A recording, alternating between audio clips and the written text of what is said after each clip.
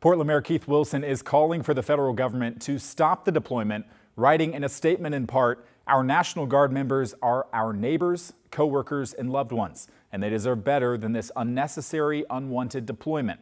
We will not stand by while federal agencies sidestep local authority.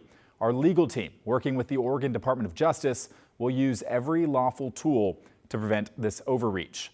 Portland Police Chief Bob Day wrote, "We will continue to maintain a presence in the area surrounding the federal facility and the South Waterfront, focused specifically on addressing criminal behavior, particularly any threats to property or life safety."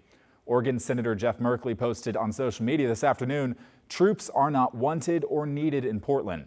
Let's be clear, Trump's sole goal is to stoke violence to justify tightening his authoritarian grip. This fight continues to protect our community."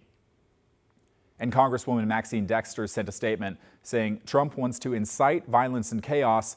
Portland sees this authoritarian takeover for what it is, and we will not bend the knee.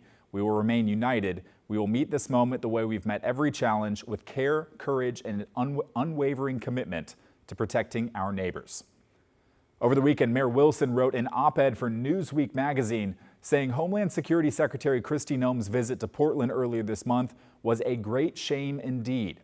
Wilson said that when he was summoned to the ICE facility during Secretary Noem's visit, the ICE facility was a mess of overflowing dumpsters, loose body armor, and crowd control munitions, and a broken HVAC air conditioning system that raised both temperatures and tempers in the aging building.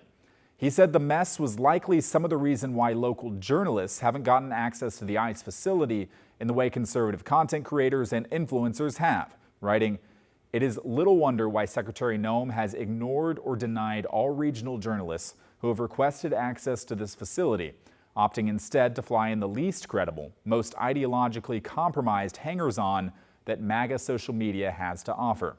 Wilson says he's also concerned about rank-and-file personnel, saying he imagined they were under a lot of stress as they made decisions with immense human consequences. He wrote, "Most were far from home, overworked and exhausted, while receiving no pay in the midst of a prolonged government shutdown."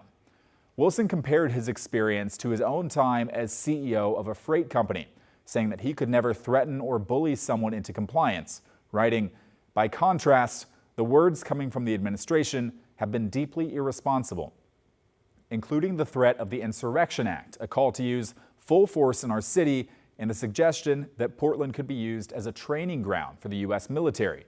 What good outcomes could this rhetoric possibly create?" He also listed out reported violence against protesters, saying that he has no way to know if federal agents have any accountability or oversight. And he ended the piece with a challenge to the administration, writing, "The words and actions of the administration have steered the Department of Homeland Security sharply away from its stated core values.